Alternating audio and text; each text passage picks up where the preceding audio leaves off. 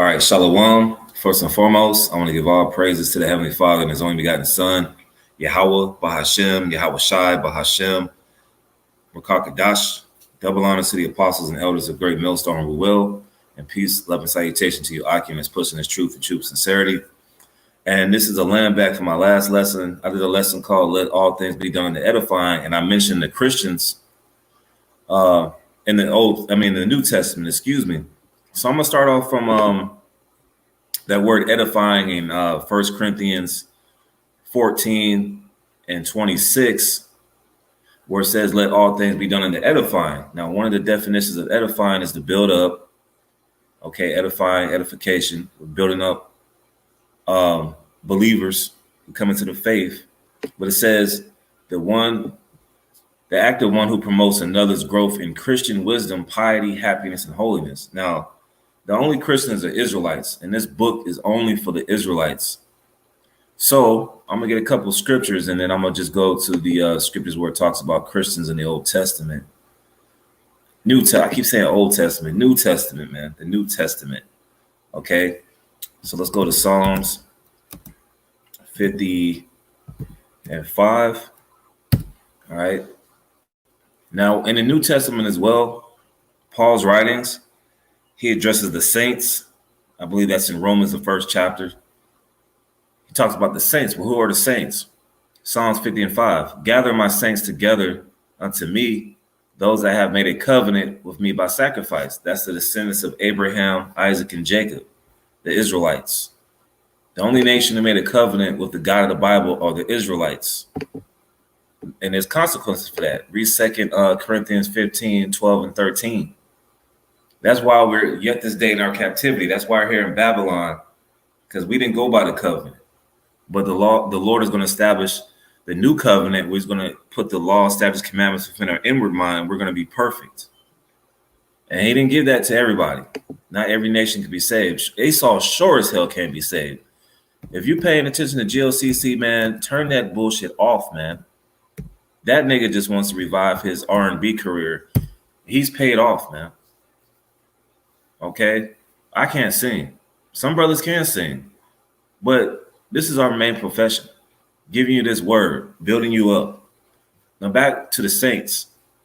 Psalms 148:14. He also exalted the horn of his people, the praise of all his saints, even of the children of Israel, a people near unto him, praise ye the Lord.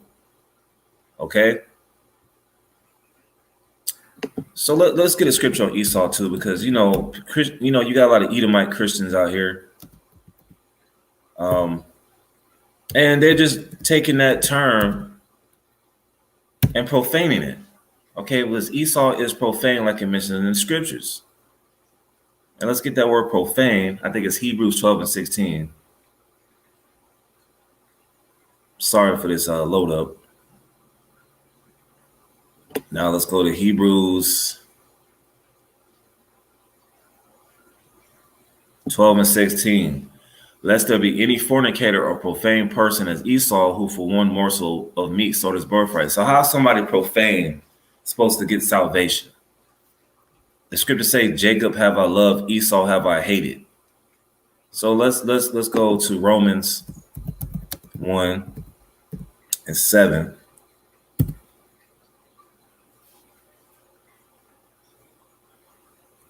So Romans 1 and 7.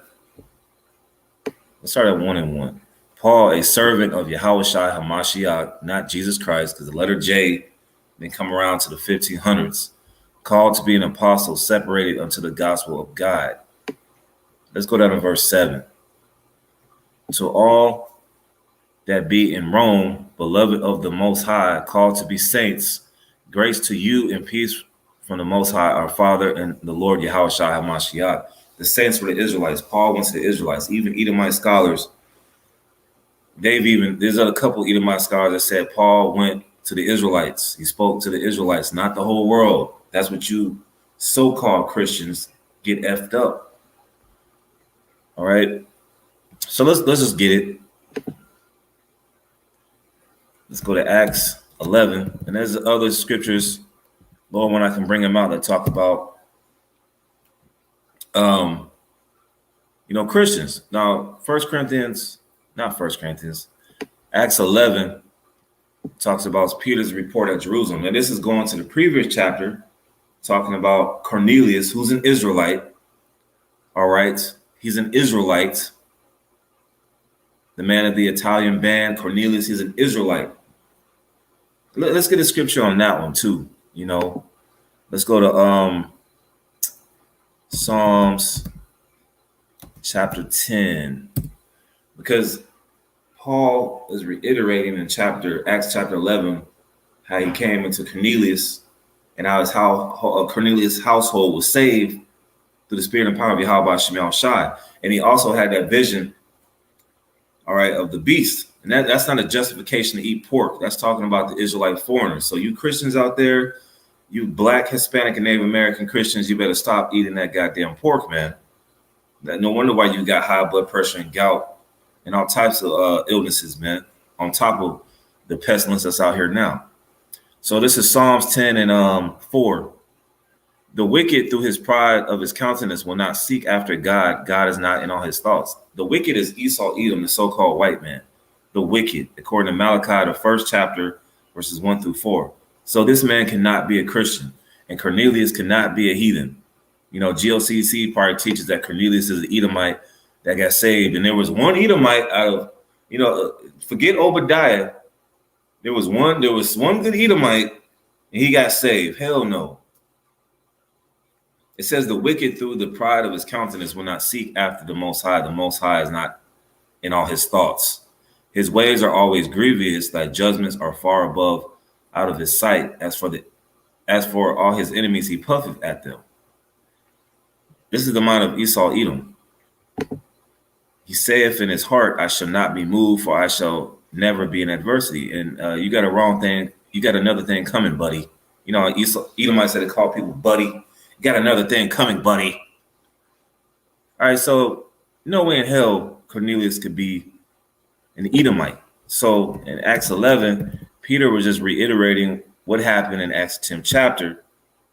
And they continued on the mission to preach Yahweh Shai and to preach to the Israelites and the Israelite foreigners who are the Gentiles. When you see Gentiles in the Bible and it has something good to do with the Gentiles, those are talk about those Greek-speaking Jews, Israelites.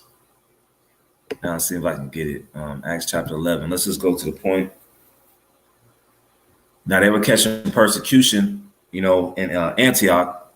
Okay. Now, you got to paint the picture. Antioch is in modern day Turkey, near Syria. Okay. This is where the church, it says New Testament churches. This is where Antioch was at. Okay. We're going to get into this scripture. Acts 11 and verse 26. Let me just read it down, man. Acts 11 and 19. The church at Antioch. Now they which were scattered abroad. Who were scattered abroad? The Israelites. Let's go to James 1 and 1.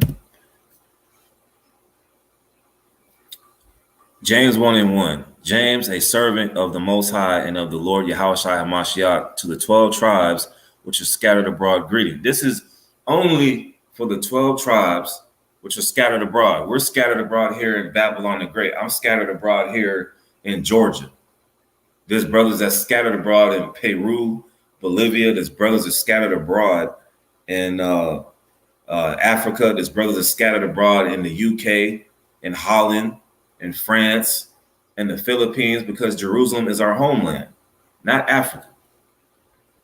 All right, the scattered abroad, the Israelites. Now let's get that word scattered. And it goes into that word diaspora.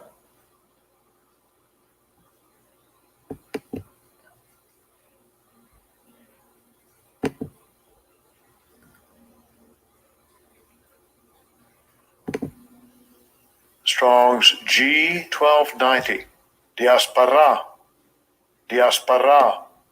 And it says a scattering, dispersion of Israelites dispersed among foreign nations of the Christians scattered abroad among the Gentiles. The Christians are Israelites, as we're going to get into.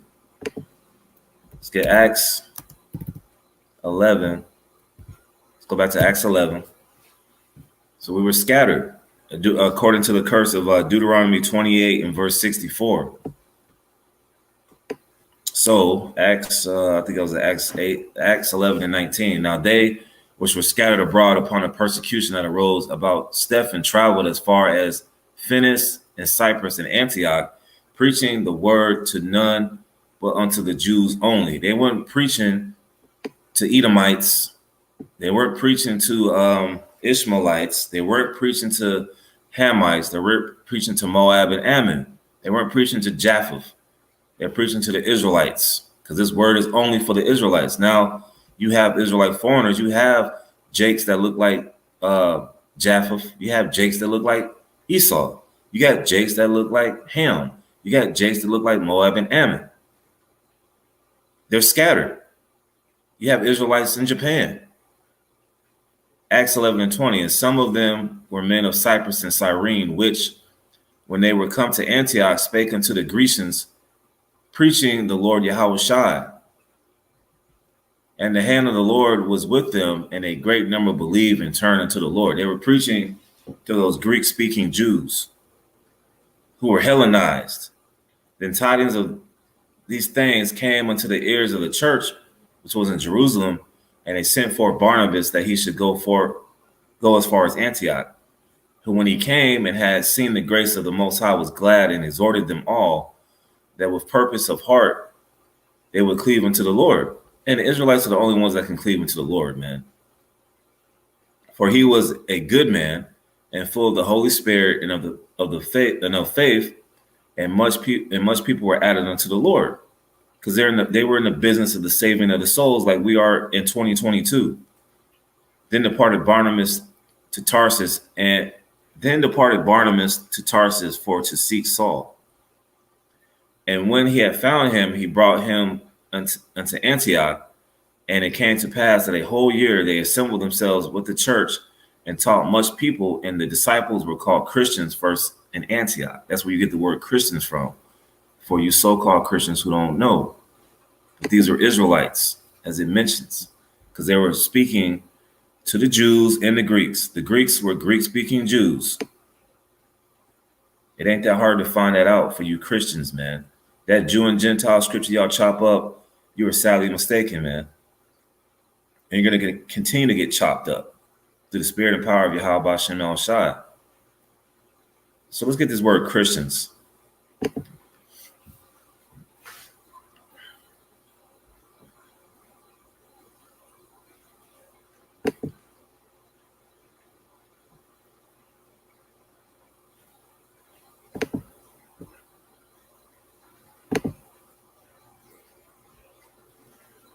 Strong's G 5546.